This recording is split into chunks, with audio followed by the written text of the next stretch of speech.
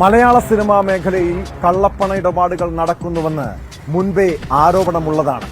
ഇതിന്റെ അടിസ്ഥാനത്തിൽ സിനിമാ നിർമ്മാണ കമ്പനികൾ ഇഡിയുടെ നിരീക്ഷണത്തിലായിരുന്നു. അതിനിടെയാണ് മഞ്ഞുമൽ ബോയ്സ് നിർമ്മാതാക്കൾക്കെതിരെ പരാതി ഉയർന്നു വന്നത്. സംഭവത്തിൽ കേസെടുത്ത എൻഫോഴ്സ്മെന്റ് ഡയറക്ടറേറ്റ് നിർമ്മാതാവ് ഷോൺ ആന്റണിയെ ചോദ്യം ചെയ്തു. നടനും നിർമ്മാതാവുമായ സൗബിൻ ഷാഹിറിനെയും ഉടൻ ചോദ്യം ചെയ്യാനാണ് അടുത്ത നീക്കം.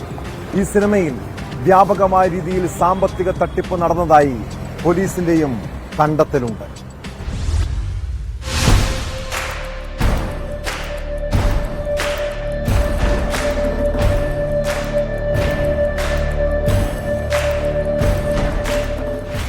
കഴിഞ്ഞയാഴ്ച ECIR രജിസ്റ്റർ ചെയ്ത ഇഡി പറവ ഫിലിംസിന്റെ സൗബിൻ ഷാഹിർ, പിതാവ് ബാബു ഷാഹിർ, ജോൺ ആന്റണി എന്നിവർക്ക് ചോദ്യം ചെയ്യലിന് ഹാജരാകാൻ നോട്ടീസ് അയച്ചിരുന്നുവെങ്കിലും ഇവർ ഹാജരായില്ല എന്നാണ് സൂചന.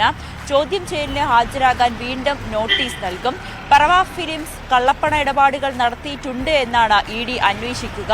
ചിത്രത്തിന്റെ നിർമ്മാണത്തിന് 7 കോടി രൂപ മുതൽ മുടക്കിയ അരൂർ സ്വദേശി സിറാജിന്റെ പരാതിയിൽ പോലീസ് വഞ്ചനാ കേസ് രജിസ്റ്റർ ചെയ്തിരുന്നു.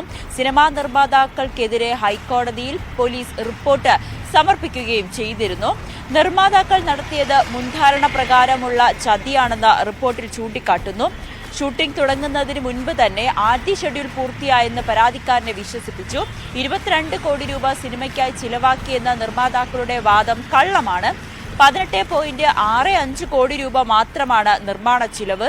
സിനിമയ്ക്കായി നിർമ്മാതാക്കൾ 1 രൂപ പോലും മുടക്കിയിട്ടില്ല എന്നും ഈ റിപ്പോർട്ടിൽ പറയുന്നുണ്ട്. വാങ്ങിയ പണത്തിന്റെ ഒരു ഭാഗം പോലും പരാതിക്കാരന് പറവ ഫിലിംസ് തിരികെ നൽകിയിട്ടില്ല എന്നും റിപ്പോർട്ടിൽ പറയുന്നുണ്ട്. സിനിമാ മേഖലയുമായി ബന്ധപ്പെട്ട കള്ളപ്പണ ഇടപാടുകളെ സംബന്ധിച്ച് ഇഡി നേരത്തെ തന്നെ പല നിർമ്മാണ കമ്പനികളിലും മറ്റും റെയ്ഡ് നടത്തിയിരുന്നു. ഇതിന് പിന്നാലെയാണ് മഞ്ഞുമൽ ബോയ്സുമായി ബന്ധപ്പെട്ട വിവാദം ഉയരുന്നത്.